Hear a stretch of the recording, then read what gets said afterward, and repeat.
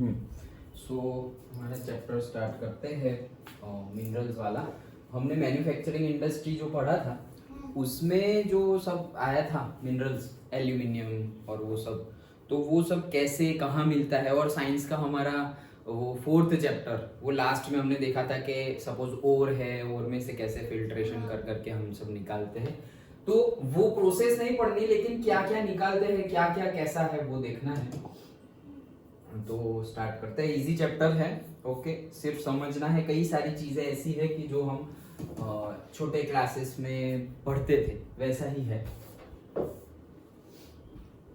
Okay, बस इतना ही है, क्लियर। हाँ, तो सबसे पहले तो हमारे चैप्टर का नाम तो हमें एटलीस्ट पता होना चाहिए कि मिनरल्स क्या है।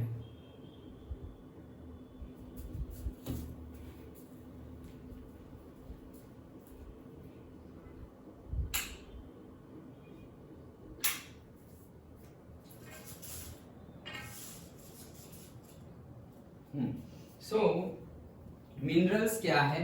So minerals an indispensable part of our lifes, मतलब कि एक ऐसा पार्ट, वो हमारा इनडिस्पेंसेबल मतलब जिसको अलग ना किया जा सके, वैसा एक पार्ट है हमारी लाइफ का। क्योंकि कुछ भी ले लो उसमें मिनरल्स होंगे, कुछ भी। Okay, almost everything we use are made from minerals. कुछ भी, सपोज ये है तो मिनरल्स से बना हुआ है, कोई ना कोई मिनरल्स तो होगा ही। ओके, ऐसा नहीं कि पूरे का पूरा प्लास्टिक से है। Okay, a homogeneous naturally occurring substances with a definable internal structure is called mineral। मतलब जो homogeneous हो, सबसे पहले जैसे हम 118 एलिमेंट्स की बात करते हैं, तो सपोज आयरन मेटल है तो उसमें homogeneous throughout iron iron iron ही है, तो उससे हम बोलेंगे कि भाई ये आयरन मिनरल है, आयरन का मिनरल है। और ओर है, ऐसा हम बोलेंगे। ओर में सब कुछ आ जाएगा, वो आगे हम देखते हैं। सो वो होमोजीनियस होगा, नेचुरली ऑकरिंग होगा। जैसे प्लास्टिक भी, that is not naturally occurring. लेकिन बाकी सारी चीजें हैं, जैसे हमारा फैन है तो एल्यूमिनियम है, कॉपर है, ओके, आयरन है, बाकी सारी चीजें नेचुरली ऑकरिंग है। तो that is we can call that mineral. Then importance क्या है मिनरल्स का हमारे लिए? तो जैसे हमने बात की कि सब कुछ, मतलब ए टू जेड सब कुछ बनता है। छोटी सी छोटी अगर हम पिन ले ले तो वो भी एल्यूमिनियम आयरन से बनती है, एंड से एरोप्लेन ले ले तो भी वो भी एल्यूमिनियम से बनता है। तो बहुत ज्यादा यूज है मिनरल्स का हमारी लाइफ में। जैसे कि हमने बताया कि भाई यहाँ पर सपोज वर्ल्ड में जितनी भी चीजें हैं वो सारी एटॉम से बनी हुई है। ओके, तो वैसे ही एटॉम हर जगह है। ओके, सब्सटेंस जो भी, मतलब एटॉम क्या है तो हम नहीं बोलते थे कि भाई जो स्मॉल है, स्मॉलेस्ट है, एज वेल एज वो स्पेस ऑक्यूपाई करता है जिसका मास होगा। ओके, सो वैसे ही मिनरल्स, सब कुछ मिनरल से ही बना हुआ है। ओके, और वो नेचुरली है, उसकी बात कर रहे हैं हम। लैब में जो हम बनाते हैं उसकी बात नहीं कर रहे हैं। Almost everything we use in our daily life, from tiny pin to a big ship, all are made from the minerals. Towering buildings, machinery, utensils, means of transport, railway line and bridges too are made from minerals. Even the food that we eat contains minerals. हम जो खाते हैं, हम जो पानी पीते हैं, उसमें भी मिनरल्स होने चाहिए। अदरवाइज जो हम से डीमिनरलाइज्ड वाटर, डीएम वाटर जिसको बोलते हैं, वो अगर हम पी ले तो पिया और देन वॉशरूम गए, बीच में कुछ भी मिनरल्स हमें मिला नहीं। सो वो हमारी बॉडी के लिए अच्छा नहीं है। मतलब पर्टिकुलर मिनरल्स वाला पानी हमें पीना चाहिए, जिसमें हम बोल सकते हैं कि हम, इसलिए जैसे हमने पहले भी डिस्कस किया था कि अगर हम बहुत ज्यादा आरओ वाटर पीते हैं और से डिस्टिल्ड वाटर पीते हैं बहुत, और बाकी का थोड़ा बाहर का पीते ही नहीं है, कभी भी नहीं पीते, बहुत ज्यादा कॉशियस है, कहीं पे जाएंगे तो पानी का बॉटल साथ में लेके जाएंगे, बाहर जाएंगे तो भी हम से मिनरल वाटर ही पिएंगे। मतलब डिस्टिल्ड वाटर हम बोलते ही है उसको मिनरल वाटर, तो डिस्टिल्ड वाटर ही पिएंगे। तो कभी कभी क्या होगा कि जब ऐसी सिचुएशंस आ जाएगी जहां पर वो अवेलेबल ही नहीं है, वैसे अब वो ऐसी सिचुएशंस बहुत कम होती है, लेकिन कोई कोई बार होता है। जैसे कि तुम कोई पिलग्रिमेज प्लेस पे चले गए जो पहाड़ों पे है, एकदम दूर दूर है, तो ऐसा नहीं है वहां नहीं मिलता, मिलता है, बट अगेन ऐसी जगह तो आ जाएगी जहां पर वो अवेलेबल नहीं होगा, एट दैट मोमेंट नहीं होगा, थोड़ी देर बाद तुम्हें मिलेगा, थोड़ा आगे जाओ तो मिलेगा, थोड़ी टाइम के बाद मिलेगा, बट वो मोमेंट पे शायद ना भी मिले। हाँ, नॉर्मल वाटर वहां पे अवेलेबल है, फिर तुम बोलोगे बहुत प्यास लगी है, एकदम खतरनाक वाली प्यास लगी है, और तुम ऐसा तो नहीं बोलोगे कि मुझे तो बिस्लरी ही चाहिए, नहीं चलेगा, वैसा तो होगा नहीं। So that counts. Okay, then ore, तो अब ओर क्या है? So minerals are usually found in ores, मतलब मिनरल्स जो है वो ओर में पाया जाता है, दैट इज जो रॉ होता है, रॉ, उसको हम ओर बोलते हैं, फिर ओर में से हम मिनरल्स को निकालते हैं। An ore is a naturally occurring material having one or more minerals in sufficient concentration mixed with the other element. मतलब है क्या कि एलिमेंट्स अंदर है, या तो एक ही एलिमेंट है बहुत ज्यादा क्वांटिटी में, या फिर दो एलिमेंट है बहुत ज्यादा क्वांटिटी में, और बाकी सब कुछ जो है वो सारी अदर मेटल्स है। अदर मेटल्स हम बोल रहे हैं, हम नहीं बोल रहे हैं कि वो वेस्ट है। ओके, जैसे कि हमें कोई ओर मिला तो उसमें आयरन ओर मिला, तो आयरन ओर है, लेकिन उसमें भी सपोज उसके अंदर जिंक भी है, तो हम जिंक को फेंक नहीं देंगे, उसमें जो जिंक मिलेगा उसका अदर यूज करेंगे हम, क्योंकि जिंक भी एक मिनरल है, लाइक दैट। ओके, सो वही चीज है। और then mode of occurrence of the minerals, तो भाई कैसे occur होगा? So there are different forms कैसे occurring होगा। एक तो है through igneous and metamorphic rocks। igneous मतलब क्या कि सपोज जो भी वॉल्केनोज है वो जब इरप्ट होंगे तो अंदर से मटेरियल सारा मोल्टन मेटल बाहर निकलेगा, फिर बाहर निकल गया, बाहर निकल के वो सॉलिडिफाई हो गया, कूल हो गया और सॉलिडिफाई हो गया। वो सॉलिडिफाई हो जाए, वो रॉक्स जो बने उसको क्या बोलेंगे? Igneous rocks. और अब वो जो रॉक्स है वो बहुत सालों तक, बहुत सालों, हजारों सालों तक वो रॉक्स वैसे ही रहे, एंड उसके बाद कोई जियोग्राफिकल कोई भी एनवायरमेंटल एक्टिविटी की वजह से पर्टिकुलर रॉक को बहुत ज्यादा हाई प्रेशर और टेम्परेचर मिल गया, तो वो रॉक का स्ट्रक्चर चेंज हो गया due to high pressure and temperature. तो अब जो नया रॉक बना है उसको हम बोलेंगे मेटामॉर्फिक रॉक्स। समझ में आया? नीचे से जो सबसे पहले आ गया था और फिर ठंडा हो गया, दैट इज इग्नियस रॉक्स।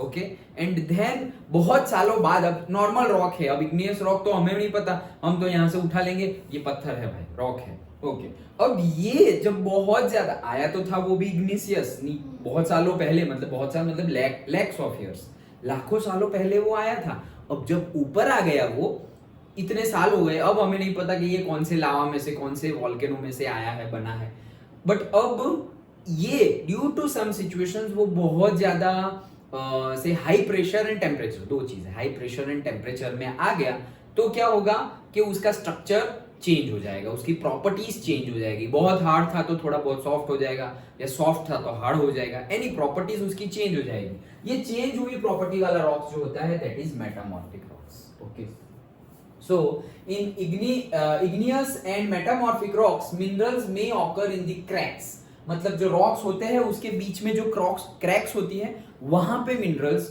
होते हैं। Okay, then crevices, faults and joints, मतलब कि जो भी क्रैक्स है, बड़ा बड़ा रॉक है उसमें बीच बीच में थोड़ी सर्वाइस, जगह जगह है, छोटी है बड़ी है, जहां पर भी छोटे छोटे होल्स है, छोटे छोटे गड्ढे जैसा है, कहीं पर भी, तो वो सारा मिनरल्स उसके अंदर पाया जाएगा। The smaller occurrences are called the veins and the larger are called the lodes. Okay, जो स्मॉलर होगी उनको क्या बोलेंगे? वेन्स, मतलब एकदम छोटी छोटी। ओके, और जो लार्जर होंगे उनको बोलेंगे लोड्स। ओके, तो ऐसा एक मार्क का क्वेश्चन देखो, बुक का ही कंटेंट है पूरा, सो लेकिन जो जरूरी नहीं है वो निकाल दिया है। ओके, सो जो स्मॉलर, ये एक मार्क में पूछा जा सकता है कि जो स्मॉलर है उनको क्या बोलेंगे? वेन्स, और जो लार्जर है उनको क्या बोलेंगे? लोड्स।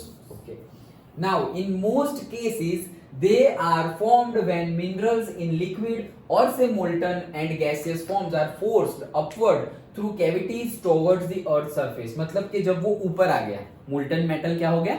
ऊपर आ गया, और अंदर मिक्स हो गया, क्योंकि मिनरल्स थे अर्थ क्रस्ट पे, और फिर वो ऊपर आया तो उसके अंदर मिक्स हो गया वो। ओके, अब वो कूल डाउन हो रहा है, तो वो अंदर जो था वो भी अंदर कूल डाउन हो गया। जैसे आइसक्रीम होती है, तो भाई जब लिक्विड फॉर्म में हो तो तुमने सब कुछ डाला हुआ है अंदर तुमने सपोज ड्राई फ्रूट्स डाला है, चॉकलेट्स डाले, सब कुछ, और जब हो गया, मुंह में पानी आ गया तुम्हारे। ओके, सो जब वो सॉलिडिफाई हो गया तब क्या है, अब जब हम खाएंगे, अरे इसके बीच में तो कैश्यू भी है, चॉकलेट खाएंगे, कैडबरी खा रहे हैं तो अरे बीच में आलमंड आ रहा है, लाइक दैट। तो वैसे ही बीचों बीच मिनरल्स हमारे पाए जाते हैं। They cool and solidifies as the rise. Major metallic minerals like tin, copper, zinc and lead etcetera are obtained from veins and lodes. मतलब ये लोग जो है tin, copper, zinc and lead, ये लोग तो उसी में से पाए जाते हैं। इनके बड़े बड़े ओर्स नहीं मिलते। जो दूसरे मिनरल्स के ओर्स हैं उसके वेन्स और लोड्स में tin, copper, zinc and lead मिलते हैं। समझ में आया? Okay, now next is the through the layers of sedimentary rocks. Okay, so in sedimentary rocks a number of minerals occur in beds or layers. Sedimentary rocks मतलब बहुत पहले नीचे दब गए। ओके, धूल, मिट्टी, सैंड सब कुछ आ गया है अब। तो अब इनके जो बेड्स और लेयर्स है वहां पर भी मिनरल्स पाए जाते हैं। They have been formed as a result of deposition, accumulation and concentration in horizontal strata. Okay, मतलब कि हॉरिजॉन्टली सब कुछ गिरता रहा। जैसे हम डिग्रेडेशन की थियरी पढ़ते हैं, जैसे हमने वो पढ़ा था story of making a coal, 8th class में आता था कि कोल कैसे बनता है। ओके, तो भाई जो ह्यूमंस के, एनिमल्स के, प्लांट्स के जो वेस्ट है वो वहां गिरे, देन उसको पानी मिल गया, धूल मिट्टी मिली, विंड चल रही है, नीचे दब गए, हाई प्रेशर, हाई टेम्परेचर, इतना सब कुछ मिल रहा है, तो lakhs and lakhs of years के बाद वो कोल बन गए। Okay, like that. तो उसे वही जो रॉक बन गए हैं उसको बोलते हैं sedimentary rocks. Okay, now decomposition of surface rocks. तो ये भी एक फॉर्म है। देखो, हमको इग्नियस में से मिल रहे हैं मिनरल्स, हमको मिल रहे हैं मेटामॉर्फिक से भी मिल रहे हैं, सेडिमेंट्री रॉक से भी मिल रहे हैं। अब आ जाता है डीकंपोजिशन ऑफ सरफेस रॉक्स, जो एकदम ऊपर ऊपर है, अर्थ क्रस्ट पे है, जिसमें डीकंपोजिशन हुआ है और फिर रॉक बने हैं। When decomposition of surface rocks and the removal of soluble constituents take place, it leaves a residual mass of weathered material containing mineral ores. Bauxite is formed by the decomposition of surface rocks. मतलब कि जो surface पे जो rocks है, okay, उसके अंदर जब high temperature and all आ गया तो वो वापस लिक्विड बन गया। तो वैसे जो वापस अब मिल रहा है that is what decomposition rock. और बॉक्साइट ऐसे मिलता है, और बॉक्साइट में से ही हमें एल्यूमिनियम मिलता है, आगे हम पढ़ेंगे। तो बॉक्साइट में से ही हमें क्या मिलता है? एल्यूमिनियम। लेकिन बॉक्साइट कैसे मिला? तो वो डीकंपोजिशन रॉक से मिला। तो ये सपोज तुम ग्रुप बना सकते हो कि भाई इग्निशियस रॉक्स है, मेटामॉर्फिक है, ये सारे हैं, उसमें से सब जगह में से, इसमें से कुछ मिल रहा है, कुछ सब में से मिल रहा है। और जो हमने देखा वो एक मार्क में भी पूछा जा सकता है कि टीन है, लीड है, कॉपर है, जिंक है, ये लोग वेन्स एंड लोड्स में से पाए जाते हैं। ओर्स भी होते हैं, लेकिन ओर्स से ज्यादा ये लोग दूसरे ओर्स की वेन्स और लोड्स में से पाए जाते हैं। ओके, नाउ नेक्स्ट है एल्यूवियल डिपॉजिट्स और प्लेसर डिपॉजिट, दोनों सेम ही है। सो दैट इज, अब ये क्या है एल्यूवियल और प्लेसर? मतलब ये जो एल्यूवियल सॉइल हम देखते थे, तो जनरली देखा हमने कि एल्यूवियल सॉइल कहाँ होती है? गुजरात से लेकर के पूरा नॉर्थ इंडिया लास्ट तक, आसाम तक। लेकिन ज्यादा एरिया उसका कहाँ पर है? माउंटेन के नीचे सारा। ओके, यूपी वाला एरिया और जो हमारी शिवालिक रेंज है हिमालयास की, वहां पे। ओके, सो वो कैसे बनती है? कैसे? जहां जहां रिवर बह रही है और माउंटेन्स है, तो माउंटेन्स के बीच में जगह है, वहां से अगर रिवर बह रही है तो उसके नीचे वाले पोर्शन में ये मिनरल्स होते हैं। और इतने हार्डली वो चिपके हुए होते हैं, अट्रैक्टेड होते हैं वो रॉक के साथ, कि वो कितने भी जोर से पानी बह जाए, रिवर में फ्लड भी आ जाए, तो शायद उसमें से कुछ वो साथ साथ चला जाएगा। अदरवाइज वो रिवर का फ्लो ज्यादा हो तो भी वो मिनरल्स वहां से निकलेंगे नहीं।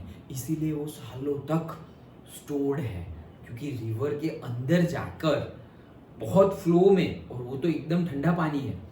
नॉर्मल रिवर हो तो भी कोई चला गया और ले रहे हैं, निकाला रिवर में से, वापस ऊपर आए, फिर वापस दूसरे दिन वापस गए। तो वैसे जैसे हम उसके वो डाइवर्स की स्टोरियाँ सुनते थे कि भाई डाइवर्स जाता है, शिप लेके आता है, वो हमारा वो वाला शिप, ओके, कौन सा? शेल। ओके, शेल एंड जो शिप होता है ना, वो छोटा सा, देखा है? वो ऐसे वाला होता है, उसको खोलते हैं तो अंदर से मोती निकलता है, वो वाला, उसको शिप भी बोलते हैं। आई थिंक शिप बोलते हैं। बट समझ गए ना तुम? ओके ओके चलो. सो समटाइम्स यही कि sometimes minerals are found in the sands of valley floors and at the base of the hills, एकदम हिल्स के बेस पे. तो वहां पे कोई जाएगा नहीं क्योंकि वो हिमालय की बात कर रहे हैं, यहाँ पे होगा तो जाएंगे. जैसे कि नर्मदा की सपोज वैली है, उसमें हम जाएंगे नीचे क्योंकि हमें पता है कि भाई ऑक्सीजन लेके जाएंगे, लेकिन वहां पर तो ठंड भी लग रही है क्योंकि पानी ठंडा है और फ्लो भी बहुत ज्यादा है. Like that base of hills, these are known as placer deposits, they are not corroded by water, और वो वाटर से कोरोडेड नहीं होते हैं. दे आर, देखो जो एकदम हैवी हैवी प्रीशियस है वही वहां पर मिलती है, gold silver platinum and tin. Okay, तो अब फिर ये निकलेगा कब, बाहर कब निकलेगा? तो ये थोड़ा थोड़ा मटेरियल पूरा तो निकलता ही नहीं है, लेकिन सपोज ऐसा समझो कि रिवर गंगा ऐसे माउंटेन में बहती बहती आ रही है और वो माउंटेन के एकदम नीचे प्लेसर डिपॉजिट जो है वहां पर है गोल्ड है, सिल्वर है, प्लेटिनम है. और ये बहुत बेसिक है, ये बुक का नहीं, बट समझने के लिए कि यहाँ से पानी बह रहा है, पूरा तो गोल्ड निकल के आएगा नहीं. ओके, लेकिन थोड़ा थोड़ा उसके पार्ट्स, एकदम स्मॉलेस्ट स्मॉलेस्ट पार्ट्स, एटॉम्स उसके थोड़े थोड़े निकलते जाएंगे. ये भी काउंट होते हैं, जो हम बोलते हैं ना कि गंगा वाटर इज बहुत ज़्यादा अच्छा है हमारी बॉडी के लिए और हेल्दी है और बहुत ज़्यादा, मतलब वो कभी बिगड़ता नहीं है, ऐसा बोलते, ऐसा मतलब बिलीफ सिस्टम भी है और सच भी है. मैंने तो देखा है, एक्सपीरियंस किया हुआ है कि नॉर्मल वाटर तुम 2 महीने 1 महीना रखो तो उसमें गंदा, मतलब छोटी छोटी इंसेक्ट्स ऐसा कुछ आ जाएगा, पी नहीं पाएंगे हम. लाइक दैट इसको कितने भी टाइम तुम रखो उसमें कुछ होगा नहीं. इसीलिए तो पहले के टाइम पे जो भी लोग इंडिया आते थे, ये हमने जो हिस्ट्री पढ़ा, जो भी लोग इंडिया आते थे बिजनेस करने, तो जब वापस जाते थे तो नॉर्मल वाटर नहीं ले जाते थे, ओनली गंगा रिवर का वाटर वापस लेके जाते थे. रास्ते में जब जरूरत पड़े तो वही पिएंगे, क्योंकि दूसरा पहले उन्होंने पी के देखा तो प्रॉब्लमेटिक हो गई, क्योंकि स्टोर्ड रखेंगे तो ऑब्वियसली माइक्रो ऑर्गेनिज्म, इंसेक्ट्स उसके अंदर प्रोड्यूस होंगे, लेकिन यहाँ पर ऐसा कुछ नहीं होता है. दैट्स वाई ये इतना होली वाटर हम माना जाता है. तो और बहुत ज़्यादा मतलब हम पूजा आरती करते हैं तो फ्लावर्स हैं एंड ऑल अंदर जाता है, तो इसका सारा एसेंस अंदर घुल मिल जाता है. और ये जो जब जहाँ से आते हैं, कितनी बड़ी माउंटेन रेंज है, तो वहाँ से छोटे छोटे छोटे छोटे प्रीशियस मेटल अंदर जाते हैं and that is very good for our health. इसलिए बोलते हैं ना, गंगा में डुबकी लगाई तो बहुत अच्छा है. ओके, सो ये वर्क कर, ये वन ऑफ दी, ऐसा नहीं कि सिर्फ इसकी वजह से, बट ये भी अंदर वर्क करता है. इसीलिए तो हम गोल्ड पहनते हैं. पहले क्यों गोल्ड पहनते थे हम? मतलब डिफरेंट डिफरेंट पर्सपेक्टिव होते हैं. Jewellery as a jewellery okay, but jewellery तो जब तैयार होके बाहर जाएंगे तब पहनेंगे. ओके, घर में थोड़ी ऐसा सब ऐसे पहन के की बट जो नॉर्मली हम पहनते हैं, नॉर्मली मतलब किसी ने रिंग पहनी हुई है, किसी ने गोल्ड चेन पहनी हुई है, तो उसका साइंटिफिक आयुर्वेदा में भी रीजन क्या है कि जब भी हम पानी डालेंगे हमारे ऊपर बॉडी में, तो उसमें से जो भी माइक्रो क्या नैनो एकदम पार्ट भी अगर निकलेगा वो, तो हमारी बॉडी के लिए वो अच्छा है. तो वो हमें एक अलग ही एनर्जी प्रोवाइड करता है और क्लीन भी कर देता है. दैट्स वाई मतलब हमारे स्क्रिप्चर्स में जो लिखा हुआ है कि गोल्ड को पहनना चाहिए, यूज करना चाहिए, वो ये कंटेक्स्ट से लिखा है, ना कि ज्वेलरी पहनो दिखाओ, लाइक दैट, वैसे नहीं है. ओके, तो ये भी है gold silver platinum and tin. Then आता है ओशन वाटर्स, वहां से भी मिलता है. ओके, ये सारे minerals, these contain many minerals, common salt जैसे कि, तो ये मिनरल है, सॉल्ट मिनरल है. Okay, magnesium, bromine are derived from ocean waters, whereas manganese nodules occur in ocean beds. Manganese है वो, मैंगनीज के नोड्यूल्स मतलब पूरा के पूरा ग्रुप में वो ओशन के बेड में मिलता है, ओशन में भी नहीं. ओशन में तो क्या है कि ओशन वाटर तुम ले आए तो उसमें सॉल्ट है, ब्रोमाइन है, अंदर ही है manganese. Okay, magnesium and manganese जो है वो बहुत ज्यादा उसके बेड में होता है, बहुत डीप डाउन होता है. Okay, so that is ocean water में से. एंड देन माइनिंग, तो लास्ट है हमारा माइनिंग, कि भाई अर्थ क्रस्ट पे तो है ही, तो माइन करके भी हम मिनरल्स निकालते हैं. The extraction of useful and commercially viable minerals by digging down the earth is called the mining. तो ये माइनिंग से भी निकाला जाता है. तो इतनी सारी जगह से हमें मिनरल्स मिलते हैं. ओके, मतलब एटमोस्फियर में तो है ही, ऑक्सीजन नाइट्रोजन को भी हम मिनरल ही बोलेंगे, दो in gaseous state but minerals. Okay, ये 118 में वो भी है, तो ये सारे ही मिनरल्स हैं। अब ये मिनरल्स कोई गैसियस फॉर्म में है, कोई सॉलिड में है एंड कोई लिक्विड में है, तीनों फॉर्म में हमें मिलते हैं। और वैसे ये एटमॉस्फेयर ले लिया, अर्थ क्रस्ट ले लिया, अर्थ क्रस्ट में फिर अर्थ मतलब अर्थ में तो बहुत कुछ लिया हमने, इग्नियस अलग से लिया, मेटामॉर्फिक अलग से लिया, सेडिमेंट्री अलग से लिया, ओशन वाटर अलग से लिया, ओशन बेड में से जो मैंगनीज नोड्यूल्स मिलते हैं दैट इज डिफरेंट, फिर जो रिवर माउंटेन के बीच में से बहती है वहां से मिल रहे हैं प्रीशियस गोल्ड, टीन, सिल्वर, वो डिफरेंट। तो वो सारा हमने ये अभी देखा ना हमने। ओके, सो वो सम मतलब उसको प्लेसर डिपॉजिट बोलेंगे, लिखा था ना, एलुवियल डिपॉजिट और प्लेसर डिपॉजिट। तो इतनी सारी जगह से हमें ये मिलता है। ओके, तो एक एक मार्क में शायद पूछा जाए या फिर 3 मार्क 4 मार्क में ऐसा पूछ ले, मतलब 4 मार्क्स में ऐसा पूछ ले कि भाई राइट डाउन से मिनिमम 3 और 4 प्लेसेस और से ways from which we are getting the minerals. तो इसमें से कोई भी 3 और 4 लिख देने हैं। ओके, चलो next, basis of classification of minerals. तो भाई इतनी सारी जगह से मिल रहा है तो उसका क्लासिफिकेशन तो करना पड़ेगा। सो क्लासिफिकेशन में क्या है, देखो, this classification is based on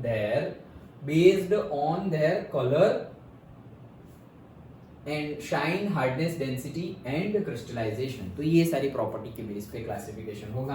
classification of minerals, तो बेसिकली हमें क्लासिफाई तो करना है लेकिन सबको डिटेल्ड में नहीं देखना है। हमारे सिलेबस में जो डिटेल्ड में है वो देखेंगे, जो नहीं है उसका सिर्फ नेमिंग हम देखेंगे। Okay, so minerals are mainly classified as metallic, non metallic and energy minerals. तो मेटालिक होते हैं, नॉन मेटालिक होते हैं, जैसे हम 118 एलिमेंट्स लिए तो भाई उसमें कोई मेटल्स है, कोई नॉन मेटल्स है, कोई मेटलॉइड्स है।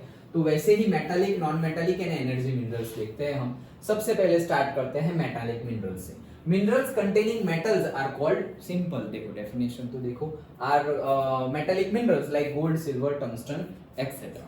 Okay, they are of 3 types of metallic. देखो इसका भी फ्लो चार्ट बनेगा। ओके, सबसे पहले मिनरल्स में 3 parts, metallic minerals, non metallic minerals and energy minerals. अब हम आ गए हैं फर्स्ट में, मेटालिक मिनरल्स। तो मेटालिक मिनरल्स के अंदर भी पार्ट्स है, चलो देखते हैं 1 बाय 1। तो 3 टाइप्स है। एक है फेरस। तो फेरस में क्या है, इन विच बहुत सारा मतलब आयरन ही है अंदर। Okay, in which part of iron is present, examples से आयरन, मैंगनीज, निकल, कोबाल्ट। तो ये सारे में मतलब मैंगनीज का ओर होगा तो उसमें भी आयरन में हमें मिल जाएगा। ये सब में हमें आयरन थोड़ा थोड़ा मिलेगा, मतलब मेजर जो है वो आयरन होता है, उसमें से फिर निकालो। तो वो है हमारे फेरस। एंड नॉन फेरस जिसमें आयरन ना हो, iron is not present, example copper, lead, tin, aluminium etcetera. Okay, और precious metals. Okay, so metals, non metals, मतलब फेरस, नॉन फेरस और प्रीशियस। ओके, सो प्रीशियस में हमें पता है gold, silver and platinum. Done. तो ये 3 हमारे क्लासिफिकेशन है किसके, मेटालिक मिनरल्स के। ओके, नाउ फेरस को थोड़ा 1 मार्क में या 2 मार्क में ज्यादा पूछ ले तो पहले मिनरल्स क्या है देख, कोई भी एक पूछ ले कि राइट शॉर्ट नोट ऑन से फेरस मेटल्स ऑफ मिनरल्स, ऐसे कुछ भी पूछ ले तो पहले मिनरल्स की डेफिनेशन दो। मिनरल्स की डेफिनेशन देने के बाद तुम बोलो कि minerals are classified in the 3, metallic, non metallic and energy. उसमें जो मेटालिक है उसके अंदर भी 3 है, ferrous, non ferrous and precious. तो उसमें जो मेटालिक है उसमें फेरस आता है। ओके, एंड जो फेरस है उसके बारे में अब थोड़ा लिख दो तो मिल गए तुम्हें 2 marks. Okay, these account for about 3/4 of the total value of production of metallic minerals। देखो 3/4 मतलब 75%। मेटालिक में हमें जितना भी मिलता है उसका 75% तो सिर्फ और सिर्फ फेरस ही ले जाता है, आयरन ही ले जाता है।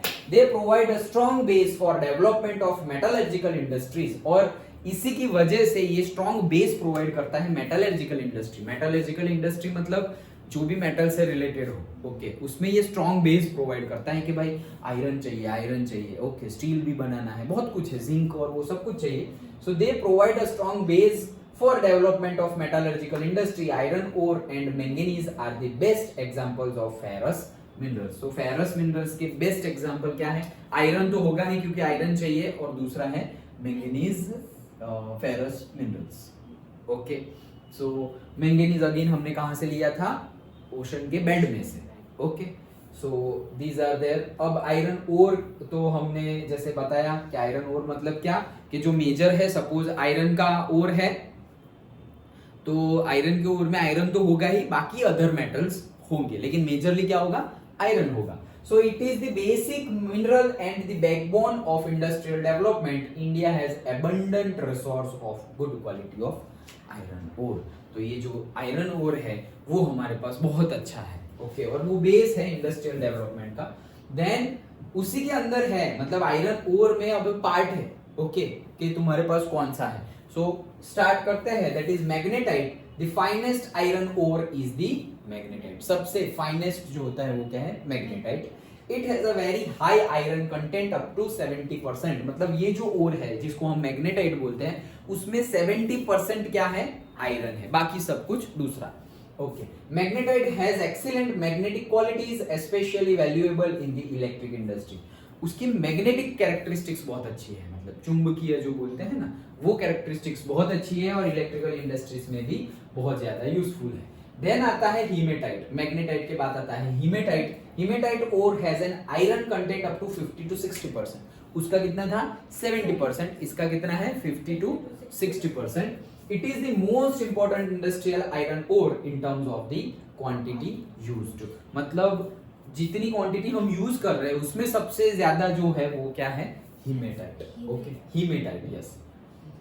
देन मेजर आयरन, हाँ, इसके जिसके बेस पे मतलब मैप भी पूछा जाए या मैप में ना, मैप तो कल हमने देखा, मैप में ना पूछे तो ऐसे ही कि भाई मेजर बेल्ट बताओ, एक मार्क में क्वेश्चन पूछ रहे तो भाई ये 4 मेजर आयरन ओर के बेल्ट्स है, that is Orissa Jharkhand belt, okay, Maharashtra Goa belt, then Bellary Chitradurga Chikmagalur and Tumkur belt. तो ये कौन सा है, Bellary Karnataka, Chikmagalur Karnataka, Tumkur Karnataka, Chitradurga I don't know, okay, but ये सारे ही कर्नाटका है तो ये भी कर्नाटका ही होगा शायद, ओके। देन दुर्ग बस्तर चंद्रपुर बेल्ट, तो ये हमने जो कल देखा था वो, ओके, जो छत्तीसगढ़ और वो वाला जो उड़ीसा छत्तीसगढ़ झारखंड वाला जो बेल्ट है दैट इज ओके, जो बोकारो और वो भी देखा था ना, other belts. So Durg Bastar and Chandrapur belt. अब आता है मैंगनीज। तो हमने देखा कि आयरन और आयरन के लिए जो बेसिक जो फेरस में जो मिलते हैं वो दो हैं, आयरन ओर और manganese. So it is a metallic element used in the manufacturing of steel and ferromanganese alloys. तो फेरोमैंगनीज एलॉयज बनाओ या फिर हमें स्टील बनाना हो उसमें ये यूज होता है, ओके। इसमें से ये चैप्टर में से ऐसे कंबाइन कर करके क्वेश्चंस पूछेंगे। मैप तो आएगा ही आएगा, वो हमने डिस्कस किया, तो मैप आएगा, eight the same time combine करके क्वेश्चंस पूछेंगे कि मतलब सिर्फ एक ना एक नहीं पूछेंगे, नहीं तो बहुत छोटा पार्ट हो जाएगा, आंसर तुम्हारा बहुत छोटा हो जाएगा। सो फिर छोटा ही क्वेश्चन पूछना पड़ेगा 1 मार्क में, और अगर ज्यादा मार्क्स में पूछना है तो छोटी छोटी चीजों को कंबाइन करके पूछेंगे, ओके।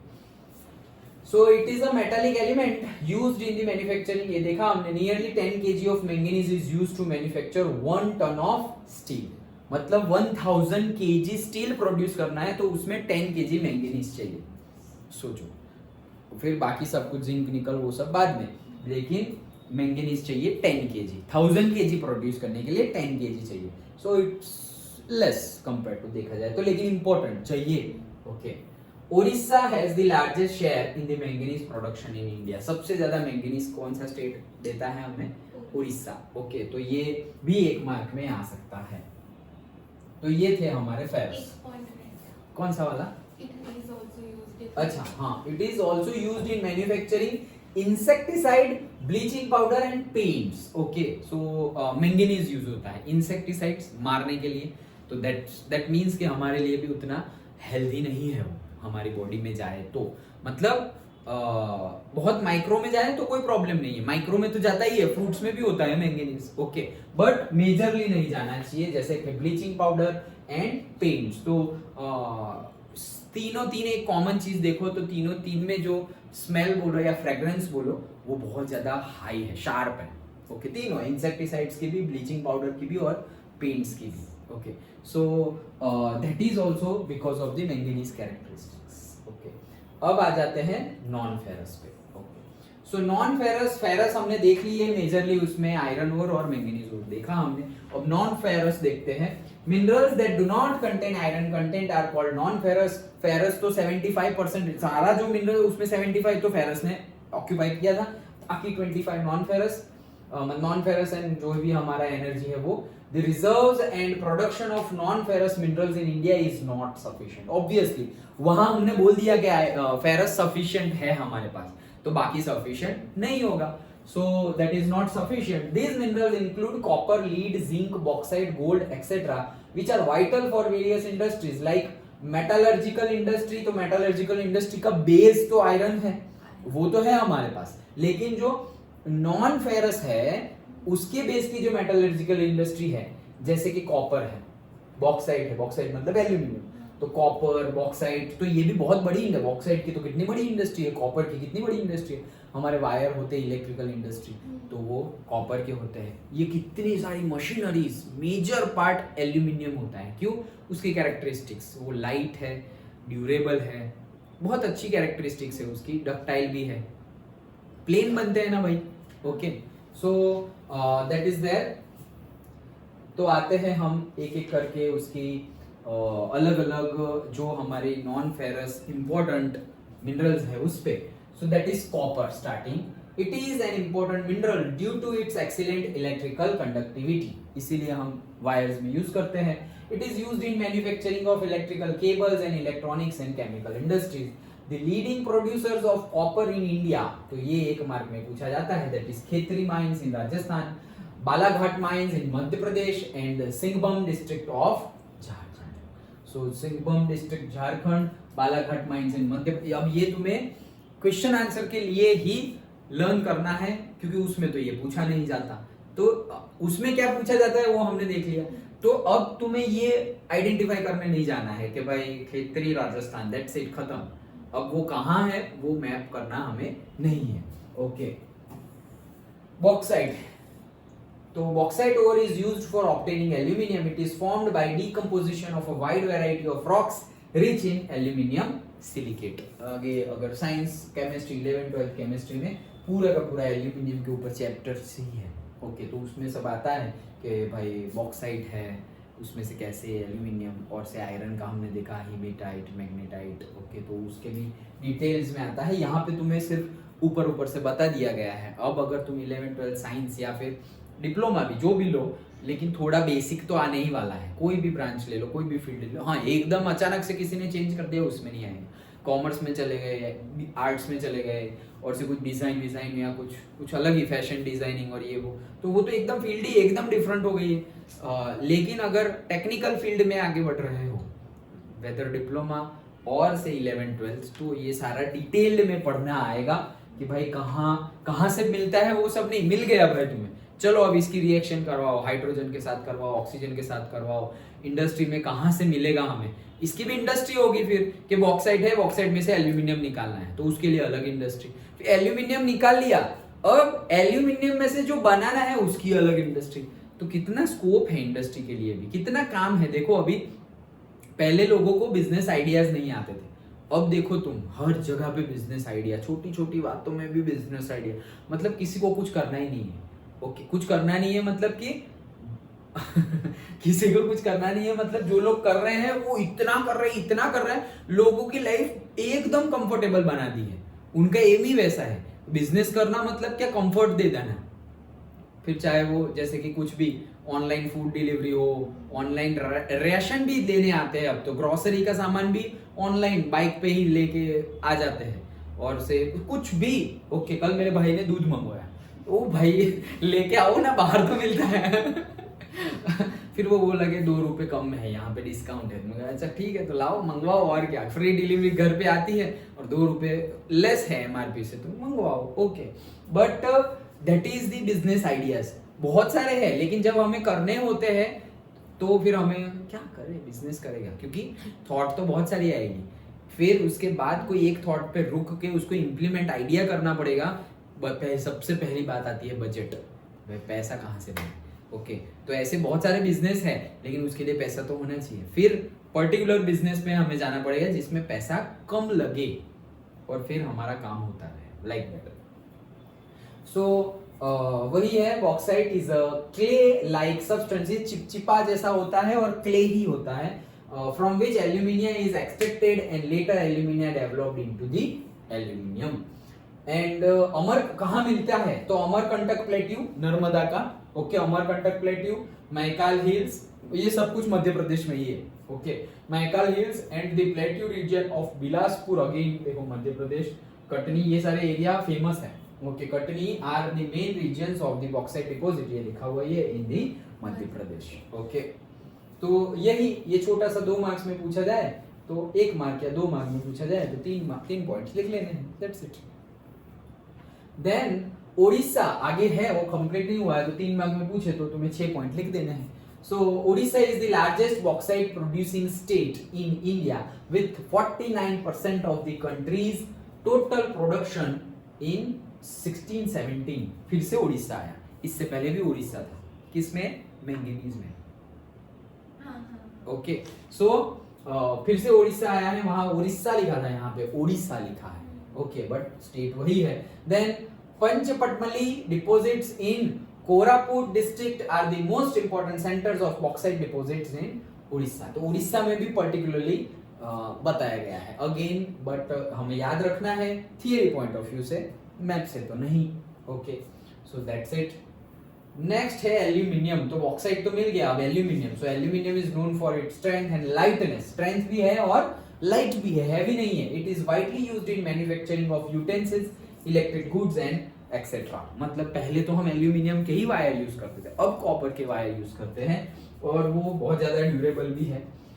अब नॉन मेटालिक मिनरल्स, ये सारे मेटालिक मिनरल्स थे, तो एक पूरा पार्ट खत्म। क्या, 3 मिनरल के 3 classification, metallic, non metallic, energy.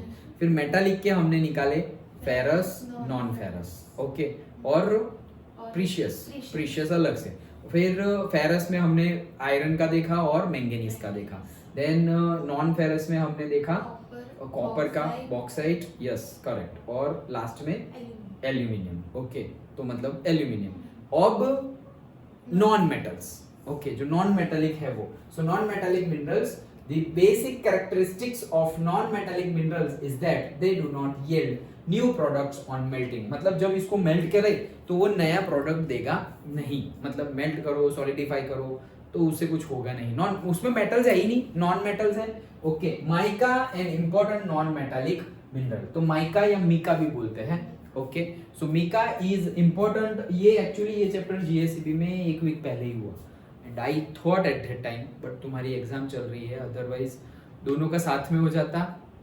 थोड़ी एक्स्ट्रा इंफॉर्मेशन भी है उसमें, थोड़ा और डिटेल्ड में है, ये हमारी बुक में है उससे और डिटेल्ड भी है, अच्छा भी है may be, but what ever जो होता है अच्छा हुआ, ओके। बट ये था, मतलब सेम कंटेंट सेम ही है, ओके। सो जैसे मैंने तुम्हें पहले भी बताया था कि एसएसटी में अगर तुम्हें डीपली पढ़ना हो, ओके, तो यू कैन रेफर, इंटरेस्ट की बात है, you can refer GSCB book after the 10th। मतलब अगर सही में जियोग्राफी या कुछ जानने की ज्यादा जरूर इच्छा है अंदर से कि चलो सिविक्स को और डीपली पढ़ते हैं, जैसे कि अगर लॉन्ग टर्म में कुछ ऐसा हो कि भाई मुझे एडमिनिस्ट्रेशन सेक्टर में, मतलब से गवर्नमेंट जॉब्स की प्रिपरेशन करनी है और तो ये एसएसटी और वो सब सारे पक्का होना चाहिए। सर इस टॉपिक पे ना ब्रीफली आपसे बात करनी है, मतलब बहुत कुछ दिमाग में है कि करना क्या है, बट क्या करना है वही नहीं करना। हाँ तो कोई नहीं, करेंगे एग्जाम के बाद, ऑब्वियसली करेंगे हम, तो क्या क्या करना है, गोल्स है, बट मे बी एक लेक्चर हम लेंगे सबके साथ, ओके। फिर अगर पर्टिकुलर चॉइस है उसमें से, क्योंकि सबके साथ फिर ज्यादा फालतू क्वेश्चंस भी आ जाते हैं, सो डिपेंड्स, एक लेक्चर हम कॉमन करेंगे, उसमें जिसको जो हेल्प हुई दैट इज गुड। उसके बाद हम पर्सनली ऐसे ही, ये देखो आज पर्सनल लेक्चर हो रहा है, कोई है नहीं ओके। तो उसके बाद हम डिटेल में भी जो भी डिस्कस करना हो कर लेंगे, उसके बारे में अभी एटलीस्ट मत सोचो, अप्रैल में सोचेंगे। मैंने क्वेश्चन एक पेज पे लिख रखे हैं जो Good. आपको पूछना है। वेरी गुड, बहुत अच्छा किया। उस टाइम पीरियड पे वो डिस्टर्ब ना करे और भूल भी ना जाए, फिर ऐसा हो कि भाई पूछना था, क्या पूछना था, और फिर अचानक से वो आ गया डिसीजन लेने का टाइम, लेकिन अभी तक तो सोचा ही नहीं हमने, वैसा हो जाए तो अच्छी बात है। सो एग्जाम के बाद डिस्कस, ओके। हाँ, so mica is और silica is an important non-metallic minerals, उसी के बारे में हमें देखना है. So it is used in electrical and electronic industries due to its dielectric strength, low power loss factor, insulating properties and resistance to high voltage. सारी की सारी physics की terminology. Electricity. Mica occurs in the form of plates or leaves. Which can be split into thin sheets. Mica can be clear. ये अलग अलग colour में पाई जाती है. क्लियर मतलब just transparent. Okay, black, green, red, yellow और brown, तो इतने कलर्स में. तो मतलब इट्स समझो कि मर्क्यूरी तुमने देखा होगा. ओके, मैं एटलीस्ट टीवी में या कहीं मोबाइल में, तो जस्ट लाइक दैट. ओके, उसके जैसा, मतलब मर्क्यूरी तो मेटल है, बट उसके जैसा तुम विजुअलाइज करना हो तो कर सकते हैं कि वैसे ही कहीं कहीं से हमें ये मिल जाता है. Its deposits are mainly found in the northern edge of the Chota Nagpur plateau. वो साइड छोटा नागपुर वेस्ट बंगाल वाला, और उसका भी नॉर्दर्न प्लेट्यू का भी कौन सा पार्ट? नॉर्दर्न पार्ट, मतलब झारखंड वाले से टच हो जाए वो. सो छोटा Nagpur plateau, Koderma, Gaya, Hazaribagh belt of Jharkhand is the leading producer of mica. So ये बेल्ट है पूरा, Koderma, Gaya and Hazaribagh of Jharkhand leading producer है माइका. ओके, सो ये एक एक लीडिंग प्रोड्यूसर, उड़ीसा 2 में आ गया, ये झारखंड आ गया. तो एक एक मार्क में ये पूछा जा सकता है. शायद एमसीक्यू में पूछे तो बहुत इजी हो जाएगा कि हाँ भाई, हाँ झारखंड ये थे, यही था ऐसे. Then other mica producing regions are Ajmer Sharif, Rajasthan, and Nellore, Andhra Pradesh. Okay, Nellore. So वो मिलता है. आगे बात करनी है हमें नॉन मेटल्स में. लाइमस्टोन, जो राजस्थान में बहुत ज्यादा पाया जाता है.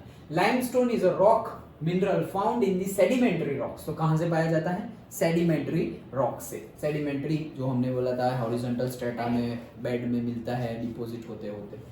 It is composed of calcium carbonate and calcium and magnesium carbonate. तो calcium magnesium carbonate दिखाई दे रहा है, या लाइट करूँ? बुक में. हाँ.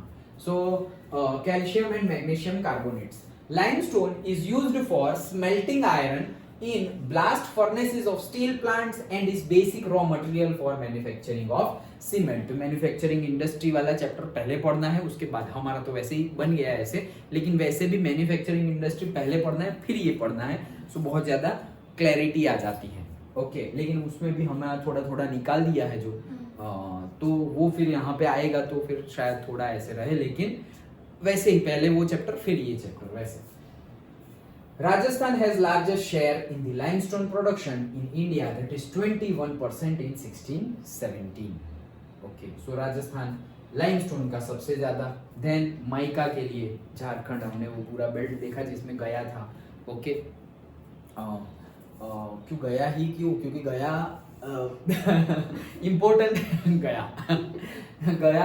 गया में एक्चुअली बुद्ध भगवान को निर्वाण हुआ था. मतलब बिहार गया ऐसा नहीं बोलते, तो वहां पे उनको एनलाइटमेंट हुआ था. ओके, चलो हैजार्ड्स. अब ये इंपॉर्टेंट क्वेश्चन कि भाई ये इतना कुछ फायदेमंद है तो सब निकाल ही लिया. सो ये जो हैजार्ड्स है, I think okay, conservative minerals कुछ रह गया है? Methods of conservation resources, energy resources. यहाँ पे वो तीसरा वाला रह गया. कौन सा? Energy mineral. वो है, अभी आएगा नीचे. तो अभी माइनिंग देख लेते हैं. एनर्जी मिनरल्स नीचे आएगा. ओके, तो शायद सीक्वेंस आगे पीछे हो जाए, बट है. ओके, लिया तो सब कुछ है. क्योंकि ये प्रॉब्लम क्या है कि डायरेक्टली इसमें नहीं आता. मेरे एक तो फोन में से और इसमें तो सीक्वेंस ऊपर नीचे हो गई है, क्योंकि ये फोटो पीपीटी डायरेक्ट आती नहीं, और इसमें पीडीएफ खोल के कन्वर्ट कर करके किया है, इसलिए सीक्वेंस आगे पीछे हो गई है शायद. अदरवाइज मैंने बनाया था तो हाँ, एनर्जी वाला ही पहले, ये सीक्वेंस आगे पीछे ही हो गई. So hazards of mining. So why does the mining industry is called killer industry? Important question कि भाई ये क्यों ये किलर इंडस्ट्री है? तो भाई इसमें गैसेस बहुत ज़्यादा रिलीज होते हैं, बहुत पॉल्यूशन होता है, कभी भी माइनिंग की छत गिरी मतलब जमीन के नीचे दब गए हम, बहुत सारे रीजंस हैं. Mining is hazardous industry. It is known as a killer industry due to the following reasons. This industry affects the health of the miners and the environment. Environment को भी इफेक्ट होता है और माइनर्स को भी effect होता है. मतलब रिस्क पे ही है, लाइफ रिस्क पे है, कुछ भी हो सकता है, पैसे भी मिलते हैं उतने, बट लाइफ रिस्क पे है, कभी भी कुछ भी हो गया, ब्लास्ट हो गया तो सब कुछ. लैंड सोचो, माउंटेन पे लैंडस्लाइड का इतना होता है, तो ये तो तुम अंदर चले गए, घुस गए हैं अंदर, और हम जैसे ऐसा समझो कि ये है वो हम लैंड के नीचे, तो भाई ये पार्ट तो कभी भी नीचे आ सकता है. ओके, वो उसको थोड़ी ऐसे बनाया गया है, वो तो लैंड है, कभी भी नीचे आ जाएगा. Like that they have to breathe in dust and noxious fumes. Okay, noxious fumes मतलब जो नाइट्रोजन रिलेटेड है उसके लिए लिखा हुआ है. सो ये ब्रेथ करना पड़ता है, डस्ट भी बहुत जाता है, नाइट्रोजन के ऑक्साइड, नॉक्सियस ना लिखना हो तो ऑक्साइड्स ऑफ नाइट्रोजन वैसे भी लिख सकते हो. ओके, तो वो ब्रीथ में लेनी पड़ती है, that is not good for health. Mineral inhales this regularly, miners inhales this regularly which make vulnerable to the pulmonary disease. मतलब लंग्स रिलेटेड, पल्मोनरी मतलब लंग्स रिलेटेड डिजीज बढ़ जाएगी अगर रेगुलरली इसको ब्रीथ किया तो. This risk of collapsing mine roofs, mine का roofs collapse हो जाएगा. Inundation and fires in coal mines are a constant threat to miners. ये मतलब कभी भी लैंडस्लाइड जैसे गिर गया और से कभी भी फायर लग गई, और फायर लगी तो ये ऐसी फायर है जैसे कि फॉरेस्ट फायर होती है, जल्दी बुझेगी नहीं. क्यों? अरे भाई कोल है, कोल माइन की बात चल, गोल्ड माइन नहीं. ओके, बट कोई भी माइन हो, अंदर गैसियस सब्सटेंस तो होंगे ही जो फ्यूल का काम करेंगे. ओके, कोई भी हो, लेकिन कोल माइन में तो गए, मतलब चांसेस बहुत लेस है अगर फायर लग गई तो. मतलब तुम लाइटर माचिस भी नहीं जला सकते. टॉर्च टॉर्च टॉर्च, और टॉर्च भी ऐसी पर्टिकुलर होनी चाहिए कि जब तुम टॉर्च को ऑन करो तो उतना ज़्यादा स्पार्क नहीं हो जाना चाहिए जिससे उसको फ्यूल को मिल जाए spark. Okay, so all those things. The water sources in the region get contaminated due to mining. Mining करते रहते हैं तो वाटर सोर्स है, क्योंकि वे सब कुछ निकाला, काम का है ले लिया, बाकी डाल दिया. अब जब बारिश गिरेगा तो सब कुछ लेके आगे बढ़ेगा. वाटर रिसोर्स भी, वाटर पॉल्यूशन होगा, एनवायरमेंट पॉल्यूशन होगा, सॉइल इरोजन भी, इरोजन तो नहीं बट सॉइल पॉल्यूशन भी होगा.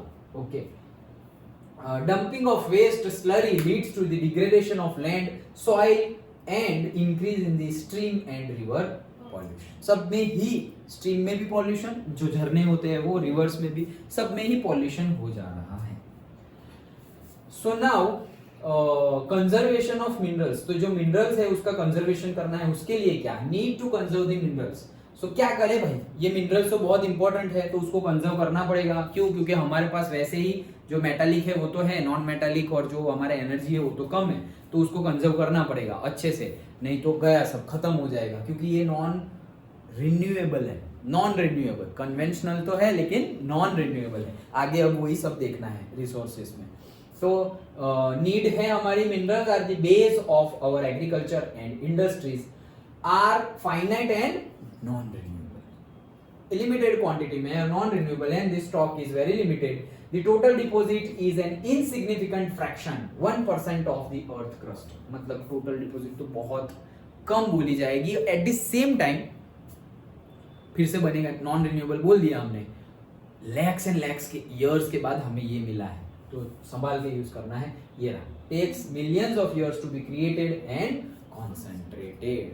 तो वैसे नहीं होगा. We are rapidly consuming minerals resources, और हम जो फोर्स से यूज कर रहे हैं, सोचो तुम कितना डेवलपिंग, हमारी इंडिया को देख लो, हम तो डेवलप कर रहे हैं तो बहुत ज्यादा यूज कर रहे हैं, कितनी माइंस, पॉल्यूशन, ये वो हो रहा है, बट क्या करें, बाकी लोग तो डेवलप हो गए, हमें डेवलप होना है. बट जैसे हम पढ़ते हैं सस्टेनेबल डेवलपमेंट, तो वो करो, अच्छे से डेवलप करो, लेकिन जितना हो सके उतना, थोड़ी ठंड लगती है, जितना हो सके उतना हमें कम पॉल्यूशन करना चाहिए.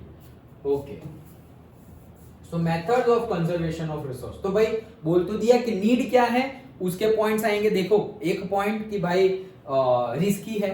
ओके, वो क्वेश्चन आ सकता है. दूसरा, भाई हमें कंजर्व करना चाहिए, नीड क्या है कंजर्व करने की, वो भी आ सकता है.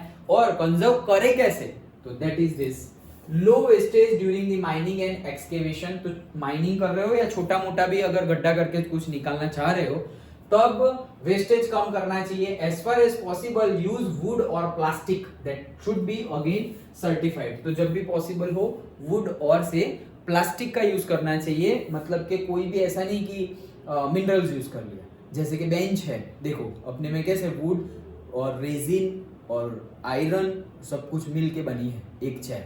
पहले के टाइम में क्या होता था, सिर्फ वुड।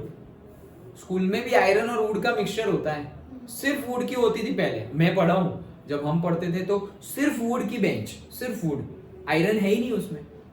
तो लेकिन अब आयरन भी आ गई, ये वो स्ट्रेंथ बढ़ गई उसकी। आयरन की वजह से ऑब्वियसली स्ट्रेंथ बढ़ेगी, ये कुशन लगा दिए, कंफर्ट आएगा, but at the same time we are pollution तो होगा ही, we are putting our efforts also in the increase in the pollution. Okay, so reuse the junk waste and old things, recycle metals, use scrap metals and search other substitute। ये common answers है, लिख ही देने हैं।